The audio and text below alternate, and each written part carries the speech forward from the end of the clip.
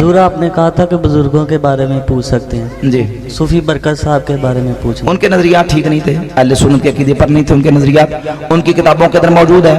گفتگو میری اپنے ٹائم کے تقریباً قریب مکمل ہو گئی ہے. اب مجمع ماشاءاللہ کثیر ہے. کوئی دوست میری گفتگو سے متعلقہ یا اس کے علاوہ کوئی مسئلہ پوچھنا بات کرنا چاہتا تو کر لے، کیونکہ اشتہار پہ لکھا ہوا تھا سوالات کی نشست ہوگی، سوالات کی اجازت ہوگی.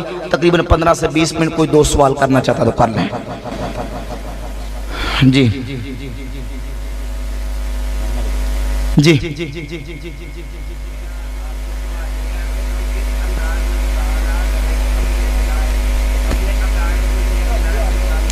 کیا پڑھتے بس ٹھیک ہے. یہ میک مشکل ہو جائے گا، چھوڑ دیں یہ مشکل ہو جائے گا کیونکہ مجمع زیادہ ہے. مشکل ہو بس کھڑے رہیں، بات پہنچ گئی ہے، سارے سن رہے ہیں. یہ مشکل ہو جائے گا. آپ یہاں پکڑیں گے پھر پیچھے جائے گا، مشکلات پھر دقت ہوگی نا، ٹائم زیادہ لگ جائے گا. سوال ان کا یہ ہے مطالعہ کس طرح کریں. تو بھائی کس درجے میں پڑھتے ہیں آپ؟ دوسرے درجے میں. تو ابھی پہلے تو اپنے جو مدرسے کے اسباق ہیں ان کو مضبوط کریں. ابھی آپ پہلے دوسرے درجے میں ہیں تو پہلے اپنی صرف اور اپنی نحو جو عربی گرامر ہے اس کو مضبوط کریں. گردانے صحیح طرح یاد کریں، نحو میر پکی کریں، اجرا کریں، عبارت سیکھے پڑھیں. لیکن ساتھ ساتھ تھوڑا تھوڑا مطالعہ بھی کرتے جائیں. جو چھوٹی چھوٹی علماء کی کتابیں ہیں، اعلیٰ رحمۃ اللہ کے مختلف رسائل ہیں، اور دیگر جو چھوٹی چھوٹی علماء کی کتابیں ہیں، مفتی امیہ نعیمی صاحب کی کتابیں ہیں، اعلیٰ کے رسائل ہیں، ان کو پڑھتے جائیں. انشاءاللہ پھر آگے سلسلہ چلے گا. ٹھیک ہے جی. مفتی صاحب ہماری یہ سوال ہے کہ ابن قیم اور ابن کثیر کے متعلق اہل سنت کی کیا رائے ہے؟ ابن قیم کے جو عقائد تھے وہ تو بالکل باطل اور مردود اور گمراہانہ عقائد تھے.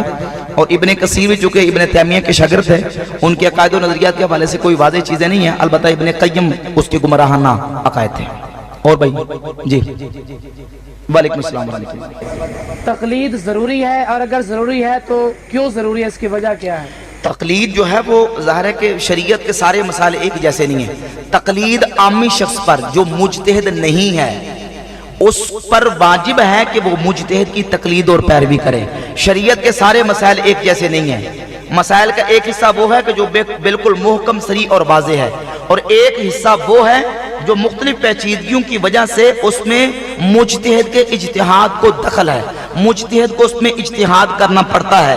تو جو خود مجتہد نہیں ہے اس پر واجب ہے کہ ان اجتہادی مسائل کے اندر ایک امام مجتہد کی تقلید اور پیروی کرے. اور اس پر امت کا اہل سنت کا اجماع ہو چکا ہے کہ چاروں ائمہ اربعہ میں سے امام اعظم ابو حنیفہ، امام مالک، امام شافعی، امام احمد بن حنبل، ان چار اماموں میں سے کسی ایک کی تقلید کرنا یہ واجب ہے، ضروری ہے. کیونکہ اجتہادی مسائل کے اندر بغیر مجتہد کی تقلید کے عمل کرنے کا کوئی اس کے پاس ذریعہ نہیں ہے، لہذا اس پر واجب ہے کہ وہ امام کی تقلید کرے. ایک منٹ.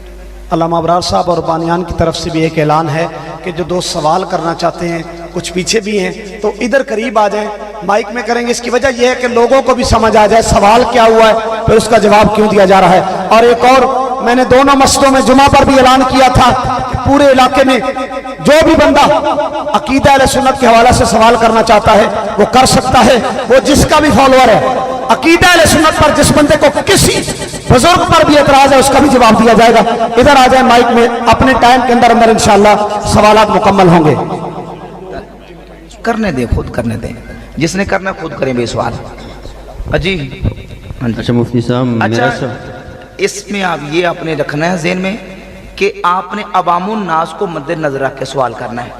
جو آپ کو پیچیدہ سوال کریں گے اگر مجھے آتا ہوا تو میں اس کا بھی جواب عرض کروں گا، لیکن اس میں یہ ہوگا کہ عوام کے اوپر گراں گزرے گا، عوام کے سر کے اوپر سے بات گزر جائے گی، ان کو فائدہ نہیں ہوگا.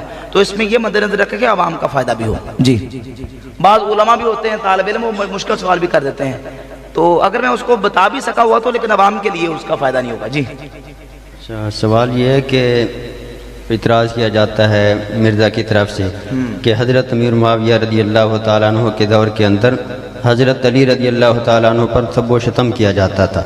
کئی علماء نے اس کا جواب دیا کہ اس کا مطلب کہ حضرت علی کے چھوڑیں، جو سوال ہے وہ کریں. بس سوال آگے یہ آپ تو جواب دینا شروع ہو گئے. وہ اگلا سوال یہ ہے کہ بس اس کا جواب لے لیں. یہ بالکل جھوٹ ہے، سرے سے جھوٹ ہے، اور کوئی سند صحیح کے ساتھ ایسی بات ثابت نہیں. اگر کوئی بات ثابت ہے کہ یہ ہے تو لے کے آئیں. کوئی ایسی بات ثابت ہے نہیں، بلکہ شیعہ سنی، سنیں، شیعہ سنی دونوں کتابوں سے، شیعہ کی 5 کتابوں کا حوالہ میرے پاس موجود ہے، ان میں سے سر فہرست بہار الانوار ملا باقر مجلسی کی کتاب ہے اس کے اندر، اور اہل سنت کی 3 کتابوں کے اندر یہ روایت موجود ہے۔ مولا علی پاک رضی اللہ تعالیٰ کی شہادت کے بعد مولا علی کے ایک شاگرد تھے درار بن دمرہ السدائی الکنانی، وہ حضرت امیر معاویہ کو ملنے کے لیے وہاں گئے تو حضرت معاویہ نے اپنے دربار میں درار بن دمرہ کو کہا صف لی علیًا، اے درار میرے سامنے علی کے اوصاف بیان کرو، علی کے اوصاف بیان، یعنی یوں کہہ لیں کہ علی دی منقبت پڑھ کے سنا، علی کی منقبت پڑھ کے سنا، سنیے یار توجہ کریں ذرا، علی کی منقبت پڑھ کے سناؤ۔ تو درار نے کہا کان واللہ بعید المدا شدید القوا یقول فصلا ویحکم عدلا، بندے میرے بل دیکھ نہیں رہے، افسوس والی بات ہے یہ ہے۔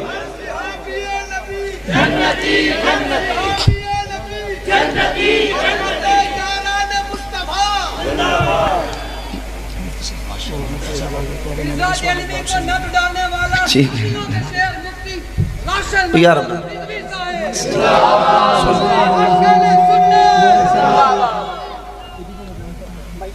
جگہ دے دیں، اچھا ماشاءاللہ استاذ العلماء مناظر اسلام فخر اہل سنت مفتی محمد عبدالحمید چشتی صاحب، آپ خانے وال، آپ اسٹیج پہ جلوہ گر ہو رہے ہیں، نعرہ تکبیر، نعرہ رسالت، نعرہ تحقیق، نعرہ حیدری، ہر صحاب یہ نبی، علماء اہل سنت، لبائی لبائی لبائی لبائی لبائی۔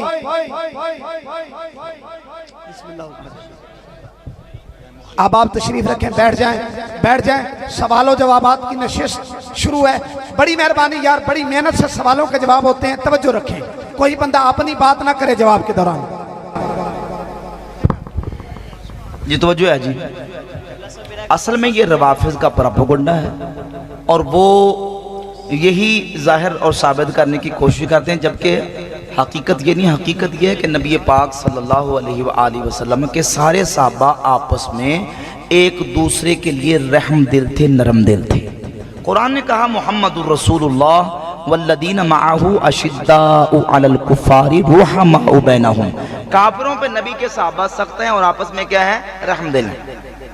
اب یہ جو پروپیگنڈا کیا جاتا ہے یہ جھوٹ کا پلندہ ہے، جھوٹی اور باطل قسم کی روایات ہیں۔ سنی شیعہ دونوں کی کتابوں کے اندر یہ روایت موجود ہے، میں نے عرض کیا شیعوں کی 5 کتابوں کے اندر اور اہل سنت کی 3 کتابوں کے ریفرنس سے میں نے بیان کیا کہ یہ روایت موجود ہے۔ درار بن دمرہ السدائی الکنانی حضرت امیر معاویہ کے پاس آئے تو کہا صف لی علیًا، اے درار میرے سامنے علی کے اوصاف بیان کرو۔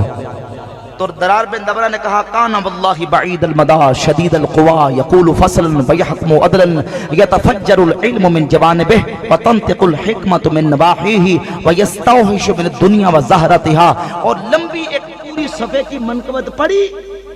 جب مکمل منقبت کی پڑھی تو روایت کے اندر لفظ موجود ہے کہ حضرت معاویہ کی آنکھوں سے آنسو جاری تھے، حتیٰ کہ داڑھی آنسوؤں سے تار ہو گئی، اور اپنی آستین کے ساتھ ایسے آنسوؤں کو پوجا ملا باقر مجلسی نے نقل کیا اور کہا کان واللہ رحم اللہ ابو الحسن واللہ کان کذالک، اللہ ابو الحسن علی پر رحم فرمائے، یقیناً علی ایسے ہی تھے۔ اے درار علی ایسے ہی تھے، علی ایسے ہی تھے، علی ایسے ہی تھے۔ حضرت معاویہ کی آنکھوں سے آنسو جاری تھے۔ کہا اے درار یہ بتاؤ کہ علی کی شہادت پر تمہیں کتنا غم ہے؟ کہا کہ اتنا غم کہ جتنا ایک ماں کی گود میں اس کے بیٹے کو ذبح کر دیا جائے اور بیٹا ماں کی گود میں تڑپ تڑپ کے مر جائے، ماں کو کتنا غم ہوتا ہے، درار کو مولا علی کی شہادت پر اس سے بھی زیادہ غم لاحق۔ تو یہ اس بات کی دلیل ہے، اور سند جید کے ساتھ امام ابن عساکر تاریخ دمشق ابن عساکر کی جلد نمبر 59 صفحہ 132 پر روایت لے کے آئے امام ابن حجر اسقلانی نے فتح الباری شرح صحیح البخاری میں اس روایت کو جید قرار دیا۔ ابو مسلم خولانی رحمۃ اللہ علیہ تابعی ہیں، وہ حضرت معاویہ کے پاس آئے اور حضرت معاویہ سے آ کے کہا، اے معاویہ رضی اللہ تعالیٰ عنہ، یہ بتائیں کہ آپ علی کی مثل ہیں یا علی سے اپنے آپ کو افضل سمجھتے ہیں؟ تو حضرت معاویہ نے کہا، لا واللہ، ہرگز نہیں، اللہ کی قسم، علی مجھ سے افضل ہیں اور علی مجھ سے خلافت کے بھی زیادہ حقدار ہیں، لیکن آپ جانتے ہیں کہ حضرت عثمان میرے چچا کے بیٹے کو ظلماً شہید کیا گیا، میں ان کے قصاص کا مطالبہ کر رہا ہوں، میں اپنے آپ کو علی سے افضل نہیں مانتا۔ تو یہ ساری روایتیں اور واقعات کی بتاتے ہیں کہ ان کی دل میں کوئی آپس میں بغض اور دشمنی نہیں تھی، وہ ایک مسئلہ تھا حضرت عثمان غنی رضی اللہ تعالیٰ کی شہادت کے اوپر قصاص کا، اور اس کی بنیاد پہ پھر یہ معاملہ پیش آیا۔ اور اہل تشیع کی کتاب نہج البلاغہ کے اندر مولا علی کا خطبہ موجود ہے۔ مولا علی فرماتے ہیں، ان ربنا واحد ونبینا واحد ودعوتنا فی الاسلام واحدہ، ہمارا اور معاویہ کا رب بھی ایک ہے، ہمارا اور ان کا نبی بھی ایک ہے، اور ہماری اسلام میں دعوت بھی ایک ہے۔ لا یستزیدون فی الایمان باللہ وتصدیق برسولہ ولا نستزیدہم، فرماتے ہیں ہم ان سے ایمان میں زیادہ نہیں اور نہ وہ ہم سے زیادہ ہیں، الا مختلفنا فی دم عثمان، ہمارا اختلاف صرف عثمان کے قصاص کے بارے میں ہے، ونحن منہ برا، اور ہم اس سے بری الذمہ ہیں، ہمارا اس کے اندر کوئی تعلق اور واسطہ نہیں۔ اور حضرت مولا علی رضی اللہ تعالیٰ عنہ نے بتا دیا کہ اہل شام اور حضرت مولا علی وہ آپس میں بھائی تھے، ان کا تعلق تھا، صرف اختلاف ایک مسئلے پر تھا۔ یہ جو جھوٹی داستانیں بنائی گئی ہیں کہ وہ نعوذ باللہ ایسے گالیاں نکالتے رہے، یہ بالکل جھوٹ اور بہتان ہے، اس کا حقیقت کے ساتھ کوئی تعلق نہیں۔ قبلہ صاحب میرا ایک سوال ہے، بھئی روایت پڑھیں، اور اگر اس روایت کے اندر، اب اتنے بندے بیٹھے ہیں سن رہے ہیں، اگر اس روایت کے اندر یہ بات موجود ہو کہ حضرت معاویہ رضی اللہ تعالیٰ عنہ، آپ نے حضرت معاویہ کا نام لیا، صحابی رسول ہیں، وہ نعوذ باللہ مولا علی کے بارے میں اس طرح کی بات کرتے تھے، تو جو آپ نے جرمانہ ڈالا مجھے ڈالا، بالکل جھوٹ ہے۔ یہ لوگ ہیرا پھیری کرتے ہیں، حدیث ایک جگہ سے پڑھتے ہیں اور چلے دوسری طرف جاتے ہیں۔ وہ کوئی شخص تھا، بنو امیہ میں سے کوئی شخص، مروانی کوئی شخص تھا، اس نے کو حضرت مولا علی کے بارے میں نزیبہ کلمات کہے ہیں۔ حضرت معاویہ رضی اللہ تعالیٰ عنہ کے حوالے سے کوئی روایت کے اندر ایسی بات موجود نہیں۔ وہ جو آپ جس کا حوالہ دے رہے ہیں نا، یا جس کا آپ نے کسی سے ریفرنس سنا ہوا ہے، وہ کوئی مروانی یا بنو امیہ کا کوئی شخص تھا، حضرت معاویہ نہیں تھے، یہ جھوٹ ہے۔ قبلہ صاحب میرا ایک سوال ہے کہ آج آپ کا کورس بھی ہے اور یہ پروپیگنڈا کیا جاتا ہے کہ ہم بریلوی نہیں ہیں، ہم سنی ہیں، اس میں کیا ہے کہ ہم اصلا جو قرآن و حدیث، ابھی میں نے آپ کو جواب دیا ہے کہ ہم پاکستانی بھی ہیں، پنجابی بھی ہیں، پاکستانی بھی ہیں، پنجابی بھی ہیں۔ اللہ کے فضل و کرم سے ہمارا عقیدہ، ہم ساری تقریر ہی اسم یہ کہ ہم سنی ہیں، ہم کیا ہیں؟ اہل سنت و جماعت۔ اب ہوا یہ کہ اس دور میں، کیونکہ یہ ٹائٹل بڑا پیارا ہے، خوبصورت ٹائٹل ہے، حدیثوں سے ثابت ہے، اب اس ٹائٹل کو چوری کرنے کی کوشش کی گئی۔ وہ لوگ جو کہتے ہیں کہ نعوذ باللہ نبی مر کے مٹی میں مل گئے، نعوذ باللہ، وہ کہتے ہیں نبی کا وہی مقام ہے جو پنڈ کے اندر گاؤں کے چودھری کا مقام ہوتا ہے بس، وہ بھی اپنے نام کے ساتھ اہل سنت کا ٹائٹل استعمال کرتے ہیں۔ جو کہتے ہیں نبی کو دیوار کے پیچھے کا علم نہیں، وہ بھی کہتے ہیں ہم اہل سنت ہیں۔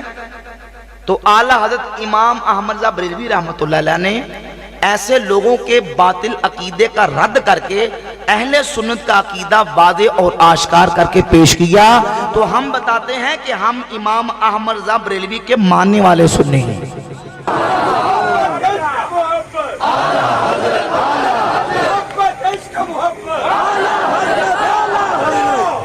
اب جو لوگ اس ٹائٹل سے تکلیف ان کو ہوتی ہے، پریشانی ہوتی ہے، وہ پتہ کیوں ہوتی ہے؟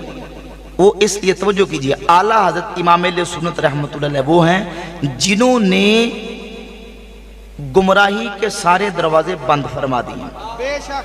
کوئی چور دروازہ اندر گھسنے کا، کوئی چور دروازہ آپ نے چھوڑا نہیں ہے۔ اب وہ یہ چاہتے ہیں کہ ہم بریلوی کا ٹائٹل اپنے سے الگ کریں تاکہ جو من مانی ہم نے کرنی ہے وہ کرتے چلے جائیں۔ یہ اصل مقصود ہے ان کا، وہ آزادی چاہتے ہیں۔ کیا چاہتے ہیں؟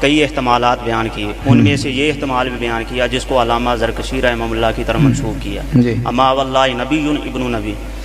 اس کا ترجمہ یہ ہے کہ حضرت سیدنا ابراہیم رضی اللہ تعالیٰ عنہ حضور صلی اللہ علیہ وسلم کے بیٹے نبی ہیں، تو یہاں میں تو اس بات کوئی عبارت پیش کریں، عبارت پیش کریں گے تو اس پر بات ہوگی۔